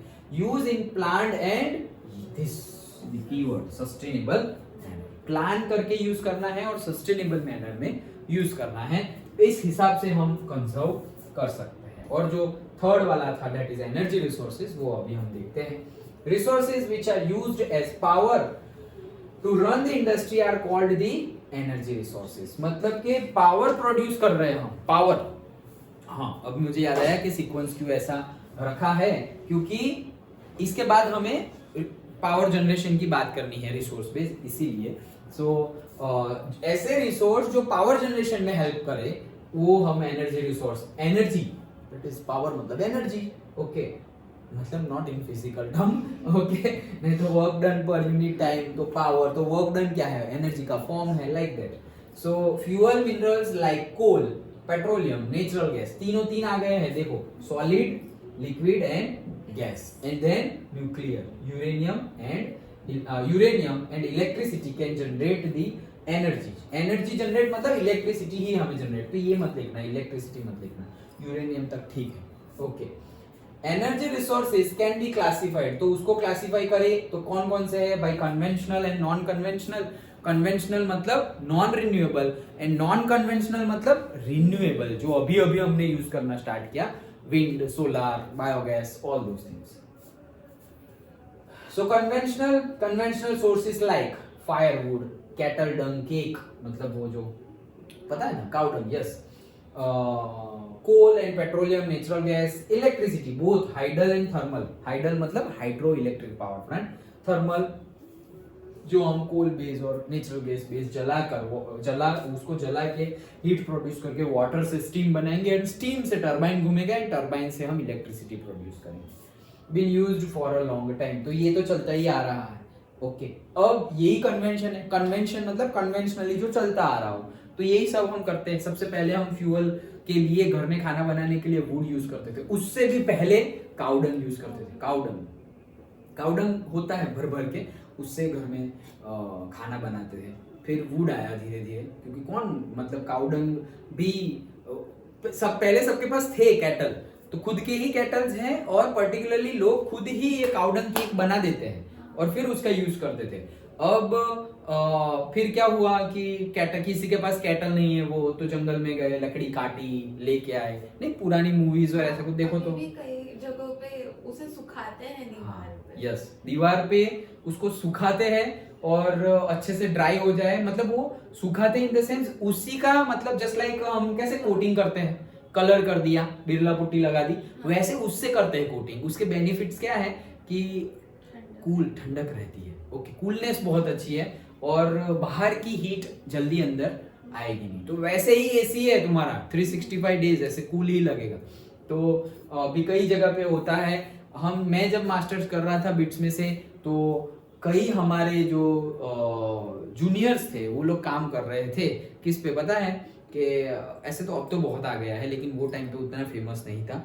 क्या कि हमें पूरा का पूरा जो गोबर होता है वो गोबर डाल देना है, जस्ट लाइक जैसे हम फ्लोर निकालते हैं, आटा तो गेहूं डाल दिए और नीचे निकल गया आटा, ओके। तो अब यहाँ पर जो है हमारा क्या बोल सकते हैं हम, डंग, ओके, तो वो डंग अंदर डाल दिया, अभी उसमें प्रॉपर अमाउंट ऑफ वाटर भी मिक्स होगा, ज्यादा होगा तो एब्जॉर्ब हो जाएगा, कुछ थोड़ी बहुत कुछ भी फ्यूल वुड के पीसीस और कुछ भी ऐड करना हो वो ऐड हो जाएगा। तो तुम्हें सिर्फ ऐसे डालते जाना है, वो डालते जाना है, ऑटोमेटिकली बाहर क्या निकलेगा पता है? This piece of cake, directly piece of cake मतलब काउडंग केक डायरेक्टली निकलेगा एकदम अच्छे से, मतलब एकदम शेप राउंड, मतलब राउंड, आगे पीछे भी नहीं, मशीन बेस्ड है।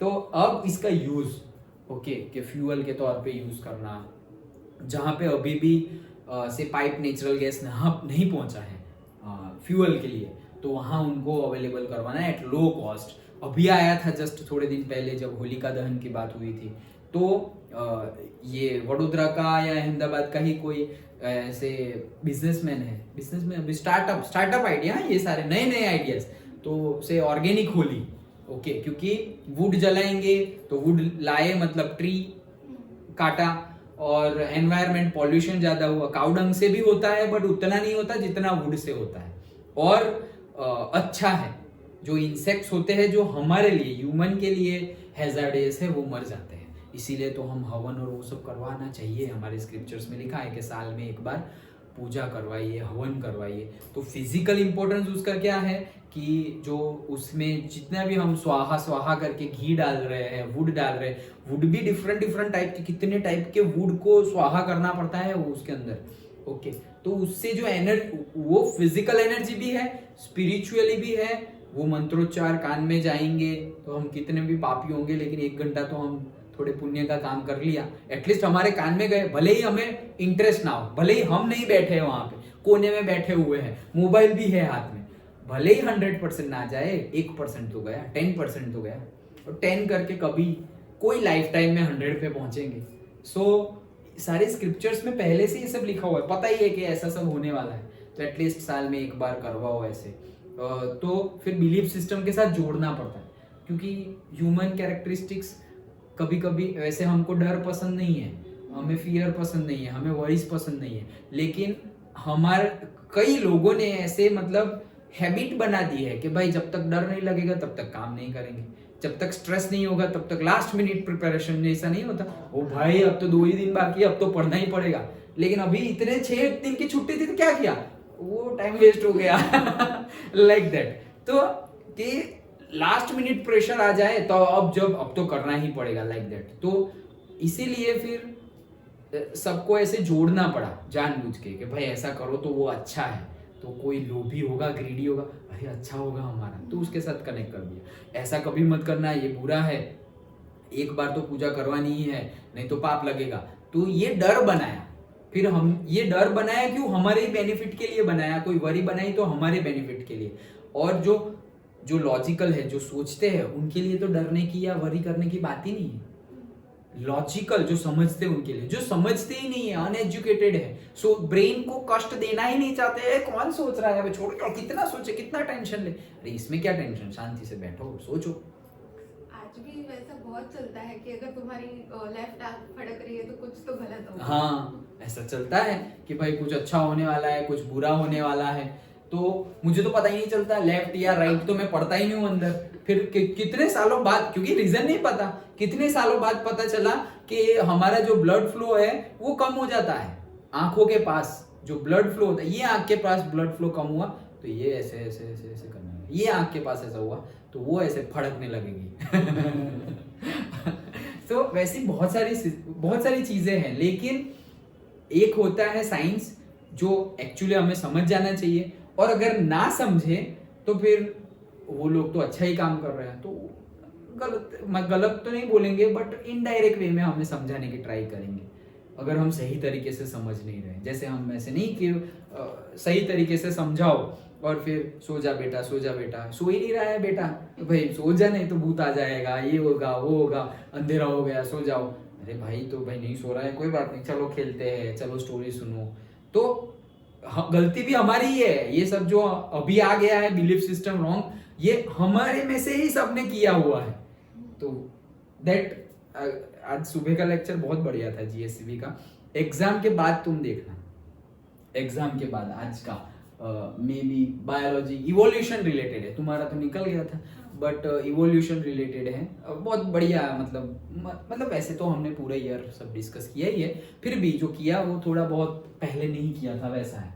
ओके हाँ, so non conventional sources of energy, तो अब ये कन्वेंशनल तो आ गए, तो हमें नॉन कन्वेंशनल है उस पर ध्यान देना है जो रिन्यूएबल है। ओके, सो रिन्यूएबल में क्या आएगा? Non conventional sources of energy have come into use recently, these include wind power, solar energy, tidal energy, geothermal energy, atomic energy and biogas energy. ये सारी ही क्या है? रिन्यूएबल है, खत्म नहीं होगी अभी।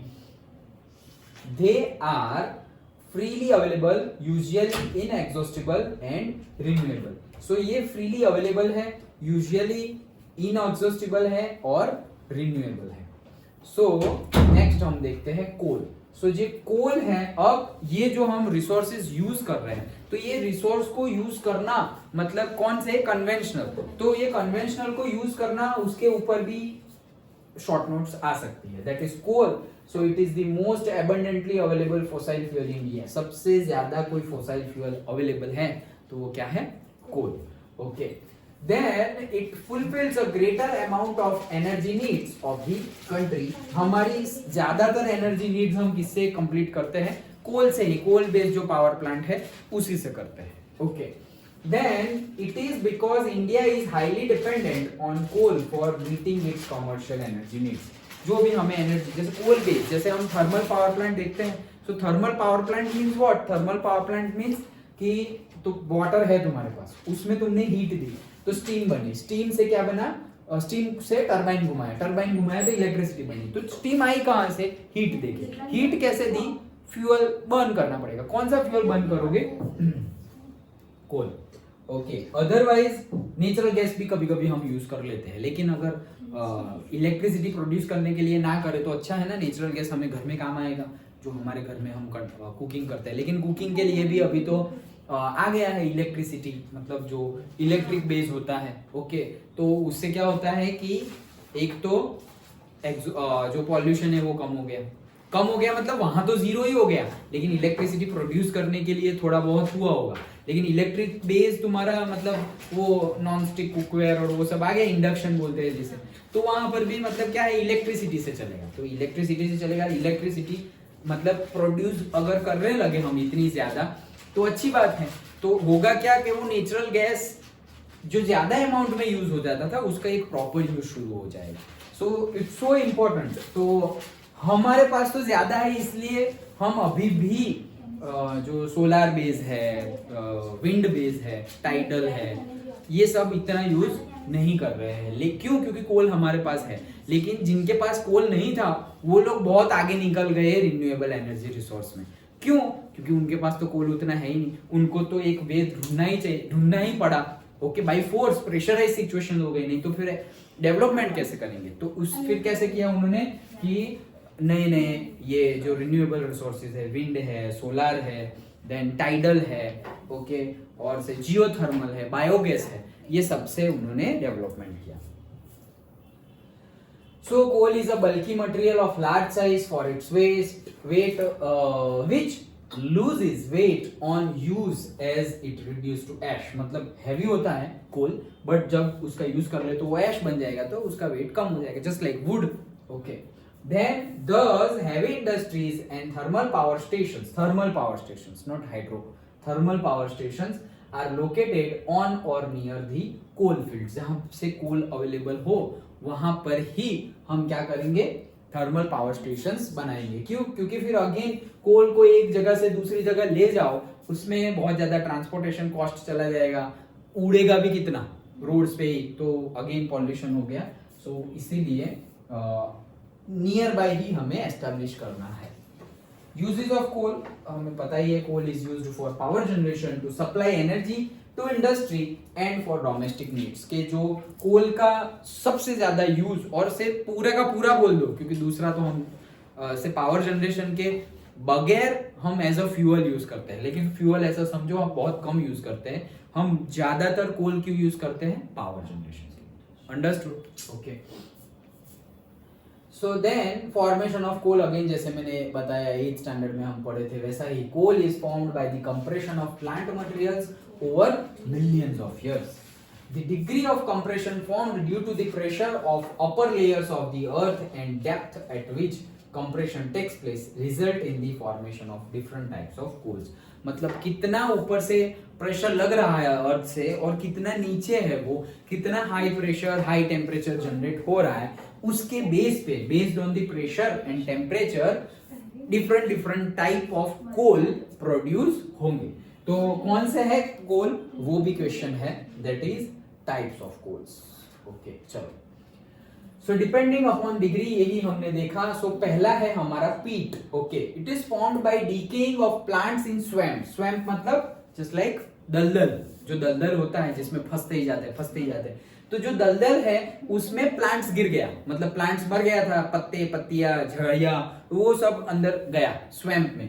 अब क्या होगा, it has a low carbon content. ये जो है वो अब उसके ऊपर डीकेइंग होता रहा और अब इससे क्या बन गया, कोल बन गया. ओके, अब इसके अंदर कार्बन कंटेंट कम है. क्यों, वो तो प्लांट्स के रेसिड्यू से बना हुआ है, कार्बन कंटेंट कम है और स्वैम्प में गिर गया था, दलदल में से बना हुआ है.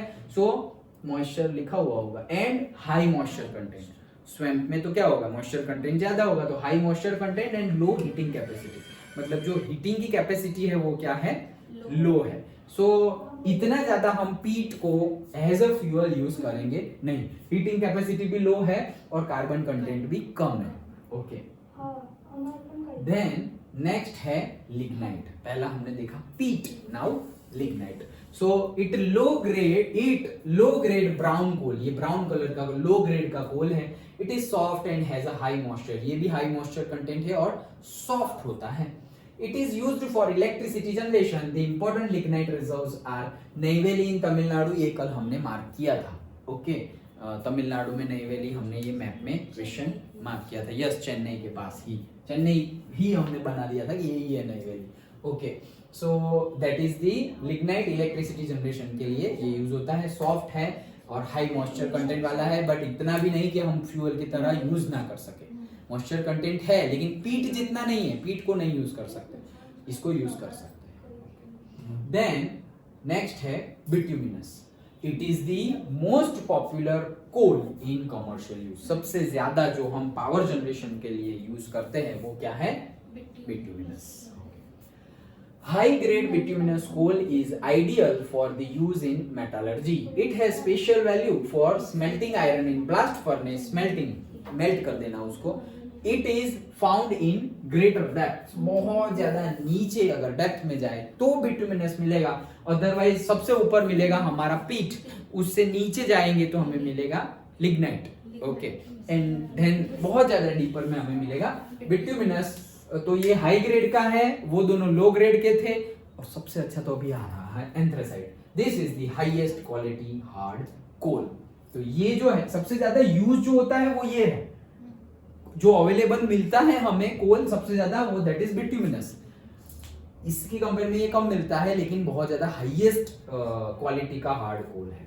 तो ये क्वेश्चन पूछा जा सकता है लॉन्ग क्वेश्चन में कि भाई टाइप्स ऑफ कोल. ओके, तो वो आ सकता है लॉन्ग क्वेश्चंस में. Then occurrence of coal in India. तो कहां है, तो ये हमने कल मैप में हमने मार्क कर लिया था. थियरी क्वेश्चन भी बन सकता है कि राइट डाउन से short note on the places where we can find the coal. Okay, so in India coal occurs in rock series of the following two main geological ages. एक तो है गोंडवाना कोल. Okay, so this coal was formed over 200 million years ago. मतलब सबसे पुराना अगर हम देखें तो ये है. अब आगे का देखेंगे वो थोड़ा कम पुराना है, लेकिन गोंडवाना है वो 200 million years ago बना हुआ है. This type of coal is used in the metallurgy. मतलब metallurgical industry में जो यूज होता है वो ये है. The major sources of Gondwana coal are located in the Damodar Valley, that is West Bengal, Jharkhand. In this belt, Jharia, Raniganj, Bokaro are important coal fields. तो ये तो हमने कल ही देखा था, रानीगंज बंगाल में था, उसके ही स्ट्रेट में बोकारो था, कहाँ पे, झारखंड में. Okay, so Raniganj, Bokaro and Jharia important coal fields है. कहाँ पर, वेस्ट बंगाल और से झारखंड में. ओके, चलो Coal deposits are also present in the Godavari, Mahanadi, Son and Wardha valleys. तो जो साउथ में है वहां पर भी है, तो गोदावरी है, महानदी है, okay, Son and Wardha valleys है, छोटी छोटी, ओके, वहां पर भी कोल डिपॉजिट पाई जाती है, वैली में। हाँ, और गोदावरी और महानदी है, उसकी जो वैली होगी, ये वैली की ही बात चल रही है, गोदावरी की वैली, महानदी की वैली, वैली में मतलब वैली के अंदर, रिवर के नीचे तो फिर बहुत डीप जाना पड़ेगा, तो वैली में जो है वहां पर वो मिलता है कोल। तो ये था हमारा पहला वाला कोल जो 200 मिलियन ईयर्स पहले बना था, गोंडवाना कोल। अब आगे बात करते हैं किसकी, टर्शरी कोल की। ओके, रुको मैं पानी पी लेता हूँ।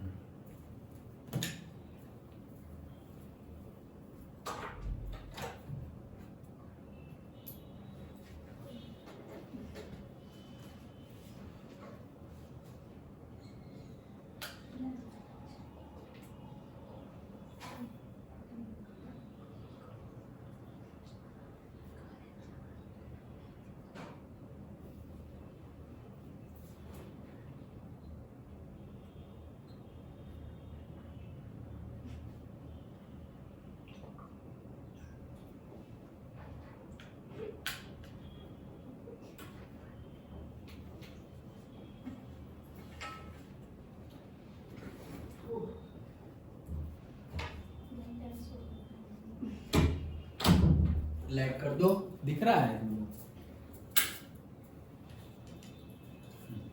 चलो, सो नेक्स्ट है हमारा टर्शरी कोल, गोंडवाना कोल के बाद। This coal was formed 55 million, देखो वो 200 million years ago, ये 55 million years ago. This type of coal is found in the northeastern states of Meghalaya, Assam, Arunachal Pradesh and Nagaland, पूरा का पूरा ईस्ट इंडिया। ओके, सो बस इतना ही है ये छोटा सा टर्शरी। ओके, नाउ ये पूरा कोल था। ओके, अब देखते हैं हम crude oil, that is petroleum. So it is also known as mineral oil and liquid gold. Okay, छोटे क्लास में, क्लास 8-9 में क्वेश्चन आता था तो ऐसे बोलते थे पेट्रोलियम और से crude oil is also known as black gold, explain ऐसे। तो ब्लैक गोल्ड बोला जाता है, यहाँ पे ये चैप्टर में हमें लिक्विड गोल्ड बोला है, बट उसको ब्लैक गोल्ड भी बोला जाता है क्योंकि गोल्ड से भी महंगा है क्या, crude oil. It is the second highest energy source after refining into the various products like furnace oil, diesel, petrol, kerosene, etc. तो ये सेकंड हाईएस्ट है। Okay, used in India after coal, मतलब second highest किसमें सबसे ज्यादा fuel use होता हो, that is कोल। उसके बाद जो कुछ यूज होता हो that is petrol. Okay, it is used as a fuel. Petroleum refineries provide raw materials for synthetic textiles, fertilizers, chemical industries, lubricants and fuel, due to which it is called the nodal industry. Sir 15 minutes. जो 15 minutes जाऊ sir. हाँ हाँ हाँ, जय श्री कृष्ण। हाँ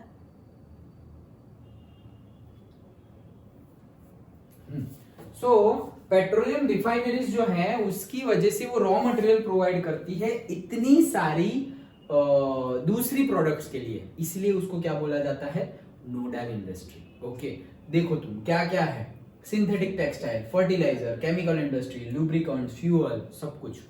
इसीलिए देखो रिलायंस की इतनी बड़ी जामनगर की रिफाइनरी है, तो इसीलिए उनका ये, वो तो पेट्रोलियम बिजनेस है, वो तो चलता ही रहा है एक नंबर, लेकिन उसके साथ साथ उनके सिंथेटिक फाइबर्स भी है, टेक्सटाइल इंडस्ट्री भी है उनकी, रिलायंस ट्रेंड्स पूरा का पूरा शोरूम अलग अलग ही है, फ्रेंचाइजी रिलायंस ट्रेंड, तो वो कपड़े बनाते हैं। ओके, फर्टिलाइजर्स अलग, केमिकल इंडस्ट्रीज रिलायंस की वो तो बड़ी ही है। क्या हो गया, बैटरी लो तो खत्म हो जाएगा अभी। हाँ, सो केमिकल इंडस्ट्रीज वो तो है ही, सब कुछ है ही, इसमें से कोई बिजनेस छोड़ा नहीं है। तो सोचो बिजनेस ऐसा पकड़ा है कि जिसकी दूसरे में भी बस होते ही जाओ, एक्सपांशन ही होता रहता है। Okay, like that. About 63% of India's petroleum production is from Mumbai High, जो बेजिंग में है।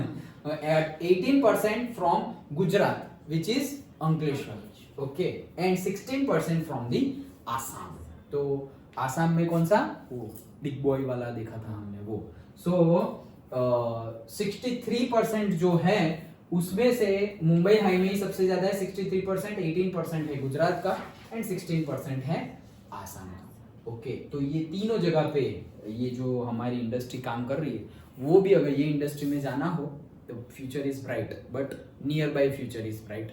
लॉन्ग टर्म में तो अब हम जाएंगे किस पे, नॉन कन्वेंशनल पे, रिन्यूएबल पे जाएंगे। लेकिन अगर कन्वेंशनल के रिलेटेड कोई फ्यूचर चाहिए, सपोज हमारे टाइम पे क्या था कि सपोज ओएनजीसी या उसमें कहीं पे ओपैल में जॉब लग गई तो सेट है, ऐसे लाइफ सेट है, ऐसे क्यों, क्योंकि इंसेंटिव ही इतने ज़्यादा है, इतने ज़्यादा इंसेंटिव है और सैलरी भी वैसा है, लाइक दैट।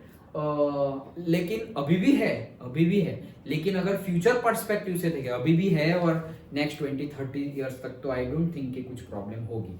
उसके बाद नेक्स्ट जनरेशन की बात कर रहे हैं, उनके लिए सोचने का होगा, क्योंकि भाई रिफाइनिंग कब करोगे, जब निकलेगा, सारा का सारा यूज कर लेंगे, अब निकल ही नहीं रहा है तो क्या रिफाइनिंग। फिर पेट्रोल का प्राइस कम नहीं होगा, लेकिन क्यों, क्योंकि पैसे देके भी घुमाने वाले तो बहुत होंगे पैसे वाले, ओके। अदरवाइज क्या होगा, क्वांटिटी कम होती जाएगी तो भाई अब तो यूज नहीं करना है, इलेक्ट्रिकल वैसे ही आ गया है, लोग जाएंगे कि भाई अभी इलेक्ट्रिकल व्हीकल यूज करते हैं, ये महंगा पड़ता है, ये वो, कौन महंगा चीज खरीदने जाएगा। लेकिन कई लोग होंगे जिसको पावर ज्यादा चाहिए, पैसे हाई है तो पैसे भी देंगे लेकिन पावर चाहिए।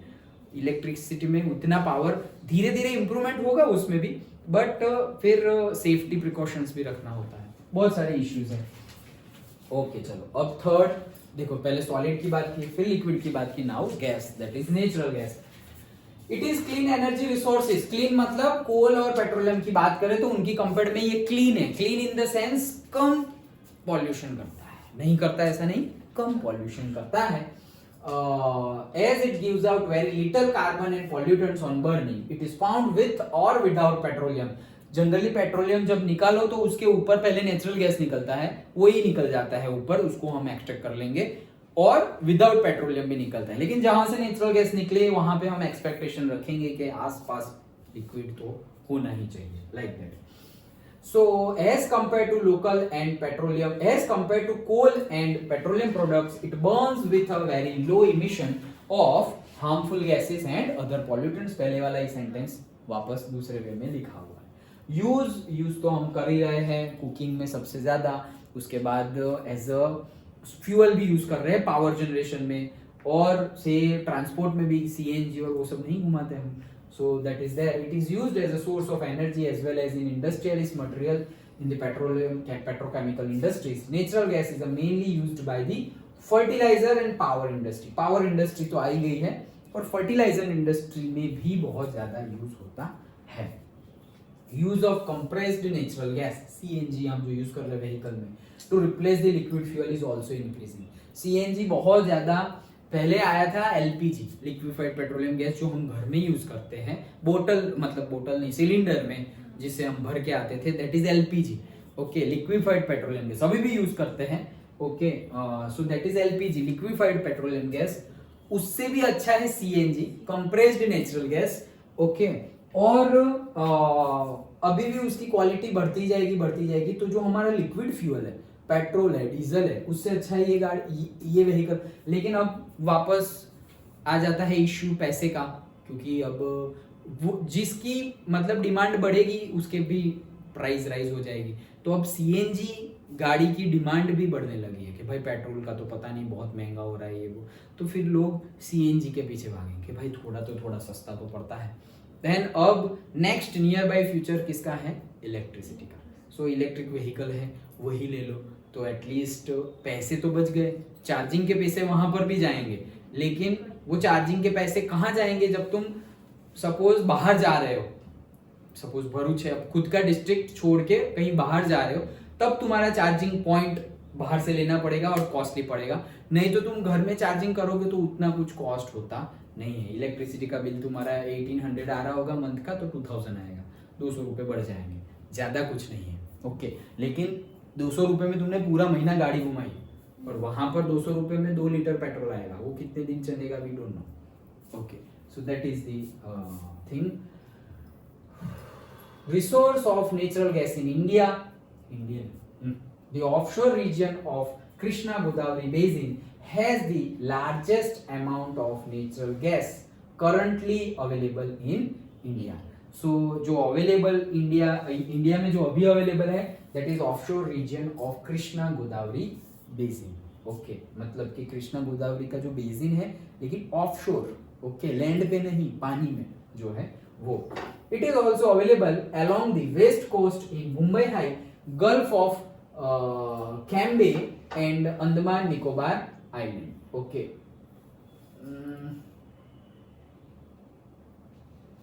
ये बुक में ऐसा ही लिखा है सेंटेंस.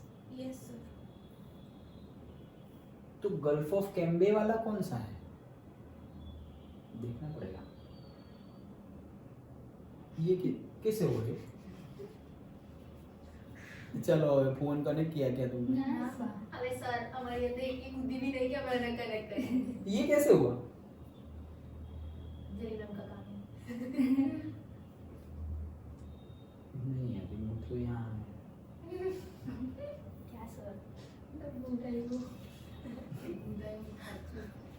हाँ, मैं क्या बोल रहा था, गल्फ ऑफ कैम्बे, उसको हम बाद में पता करते हैं कहाँ है वो. ओके, चलो. Electricity, it has a wide range of application in, कहाँ गया? It has a wide range of application in today's world. Electric, ये तो पता ही है, पूरी वर्ल्ड में इंडिया के बेस पे ही, इलेक्ट्रिसिटी के बेस पे ही चल रहा है.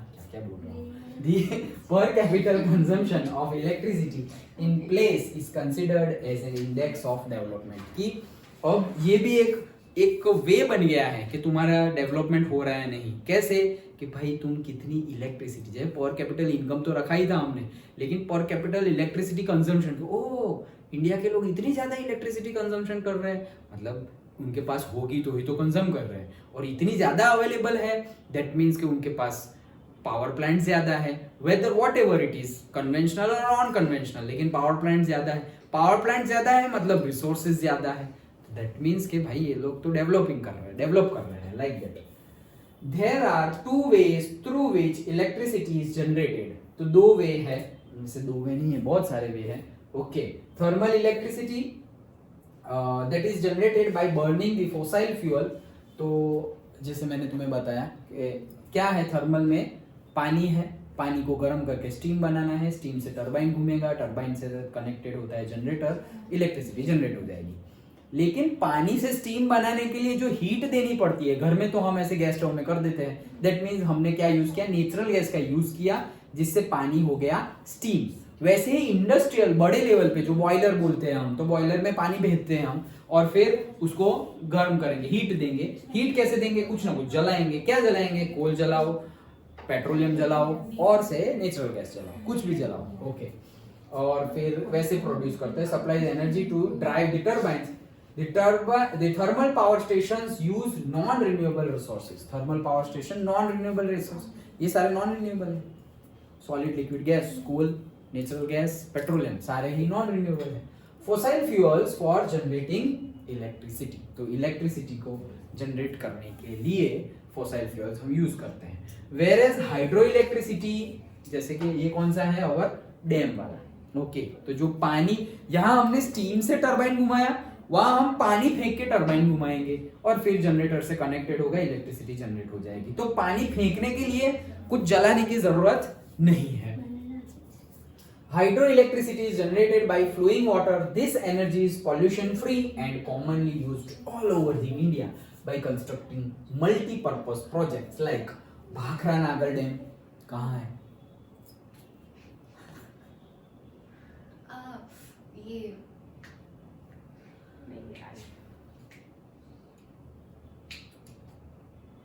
ऊपर है या नीचे? ऊपर है. ऊपर है. Okay, good. फिर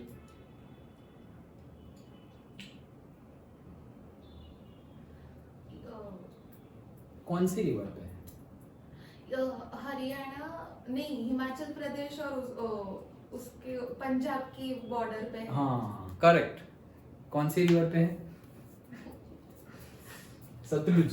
सतलुज पे, करेक्ट. सो भाखरा नागर डैम, दामोदर वैली, दी कपिली हाइडल प्रोजेक्ट एक्सेट्रा. ये क्या बात हुई?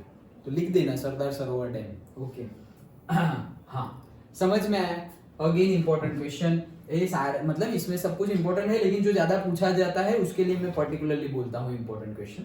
सो डिफरेंस, दोनों में डिफरेंस क्या है? तो सिंपल जो हमने अभी देखा वही डिफरेंस है कि भाई ये इन सब से चल रहा है, यहाँ पे हम फ्लोइंग वाटर से चल रहा है, पॉल्यूशन होता है इसमें, ये पॉल्यूशन फ्री है, परमानेंट सोर्स नहीं है, ये तो रिन्यूएबल है, मिलता ही जा रहा है, अबंडेंट सप्लाई है इसका, बेस्ड ऑन नॉन रिन्यूएबल, उसको ही डिफरेंट वर्ड में लिखा हुआ है, based on the renewable resources. More than 310 thermal power stations are available in India, working in India. Talcher, Panki, Namrup, उड़ान एंड नईवेली, उसमें से हमने तालचेर, नामरूप, नईवेली को प्लॉट कर दिया था। Okay, and India has a number of multipurpose water projects like Bhakra नागर, दामोदर वैली, दी Kapili hydel projects etcetera. तो आते हैं हम, ये कन्वेंशनल था, अब नॉन कन्वेंशनल सोलर विंड की बात करें। सो सबसे पहले न्यूक्लियर और एटॉमिक एनर्जी। हाँ बोलिए। हाँ बोलिए। મને નહીં આવતું, ઓનલાઈન ભરવાનું છે। મેં ભર્યું નહીં કોઈ દિવસ।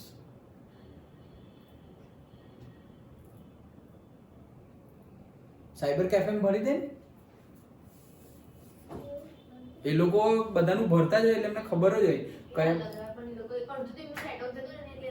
ઓ પણ એમને જેટલી વાર લાગે ને એનાથી ડબલ ટાઈમ આપણાને લાગે। એ લોકોને પ્રેક્ટિસ હોય ભરવાની, આપણે બધું વિચારીને જોઈને ભરવું પડે। એ લોકોને ખબર જ હોય કે બર્થડે ટાઈ નાખવાની છે, અહીંયા આ નાખવાનું છે, બ્રાઉઝર કયું છે, પાછા પર્ટિક્યુલર બ્રાઉઝરમાં જ થાય। મોઝિલા તો મોઝિલામાં થાય, ઇન્ટરનેટ એક્સપ્લોરર, ગૂગલ ક્રોમ એમાં જ ખુલે, બીજામાં ના ખુલે।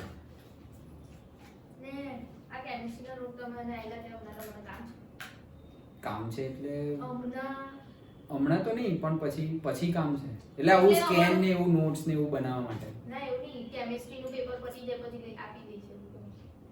સારું, એવું કરો, સેકન્ડ પેપર છે કેમિસ્ટ્રી। સારું। તમારે તારા તું સાયબર કેફેમાં જ ભરવાના સર પછી પપ્પાનો ફોન આવ્યો હતો। ના સર આવે ને તો કહી દેજો કે મારે જેડબલ્યુની એક્ઝામ આપવી જ છે, અચ્છા, એ કેટલી જરૂરી છે। એક્ઝામમાં શું પ્રોબ્લેમ છે? સારું, કઈ નહીં, ચાલ ને એ વાત કરીશ। ફોન તો કેવી ના, મેં એરોપ્લેન મોડ પર રાખ્યું છે।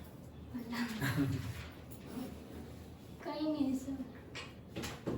સારું, વાત કરીશ। કેમ કે એને ભર્યું ને તનિષાએ। હા, કોઈ ભર્યું હોય ને તો એનાથી ફાસ્ટ થાય કેવું। મેં પહેલે કોઈ વખત ભર્યું એટલે નહીં। સર પપ્પા એવું કહે કે જરૂરી છે એક્ઝામ। હેલો સારું, કઈ નહીં, તો હું વાત કરીશ। તું ઘરે છે? મને કન્ફર્મ થઈ ગયું। અરે ફોર્મ ભરવાનું છે। પપ્પા છે? હા, પૂછ્યું? સ્કૂલના સરને જ પૂછ્યું, તો શું કહેતા હતા? કંઈ વાંધો નહીં। મેં કીધું કે જેમની આપી મેં નથી આપી એમ, કંઈ વાંધો નહીં। આજે બર્થડે ને યાર। સારું, સારું, તો ભરી દેવાનું, તો વાંધો નહીં। સારું, હે હા હા हाँ चलो। So nuclear atomic, that is, it is generated by altering the structure of atoms that releases heat and energy which is used to generate electric power। मतलब क्या है, हम क्या कर रहे हैं, nuclear fusion and nuclear fission. Fusion मतलब के जोड़ना, फ्यूज करना, एंड फिशन मतलब के तोड़ना। जनरली हम यूरेनियम और थोरियम यूज करते हैं। तो यूरेनियम है और थोरियम है, उसको न्यूक्लियर फ्यूजन और फिशन करेंगे, दोनों में फ्यूजन करो तो भी और फिशन करो तो भी एनर्जी जनरेट होती है। वो एनर्जी को हम यूज कर लेते हैं, किसको, क्या करने के लिए, वाटर की स्टीम बनाने के लिए। स्टीम बन गई, वापस सेम, हाँ बन। तो वाटर से स्टीम बनाने के लिए, एंड देन वो स्टीम से क्या करेंगे, हम अगेन इलेक्ट्रिसिटी प्रोड्यूस करेंगे। So uranium and thorium are found in Aravalli ranges of Rajasthan, Jharkhand and monazite sands of Kerala, which are used for generating nuclear or atomic energy। Then ये हमारा सबसे ज्यादा energy जो हमें मिलती है वो लिखा हुआ है सोलर। तो India is a tropical country, it has enormous possibilities of tapping solar energy. क्यों? क्योंकि हमारा ट्रॉपिकल है, लिखा हुआ है ना, अभी हमने वही पढ़ा ना कि India is a tropical country, बहुत ज्यादा अमाउंट ऑफ सोलर रेडिएशन हमें मिल रहा है, तो उसका हम यूज कर सकते हैं। It is used for a variety of purposes like electric power generation using photovoltaic PV panels, okay, and for heating purpose. Directly photovoltaic panels रख दी हमने, पीवी सोलर पैनल्स रख दी, उससे इलेक्ट्रिसिटी जनरेट होगी। और डायरेक्ट वो ना करे तो पैनल से भी पहले हम 15-20 साल पहले से हम सोलर कुकर यूज कर रहे हैं। पता है, हम जब पढ़ रहे थे रिन्यूएबल, हमारे टाइम पे जब ये सब था स्कूलिंग में, आज से 20 इयर्स बिफोर, तो क्या था, solar cooker, solar water heater. तो तब ये गैस हीटर नहीं था, गीजर नहीं था, तब इलेक्ट्रिक गीजर और गैस गीजर नहीं था, तो सोलर वाटर हीटर मतलब के ऊपर एक टंकी जैसा है जो गर्म होता रहता है, और फिर गर्म पानी आया तो उसमें से गर्म पानी आएगा, सोलर वाटर हीटर। देन बस हो गया, हाँ कंप्लीट। हेलो, हाँ बस तेज फ्यूचर। हेलो, हाँ तेज फ्यूचर थोड़ी बार। डन। जय श्री कृष्ण।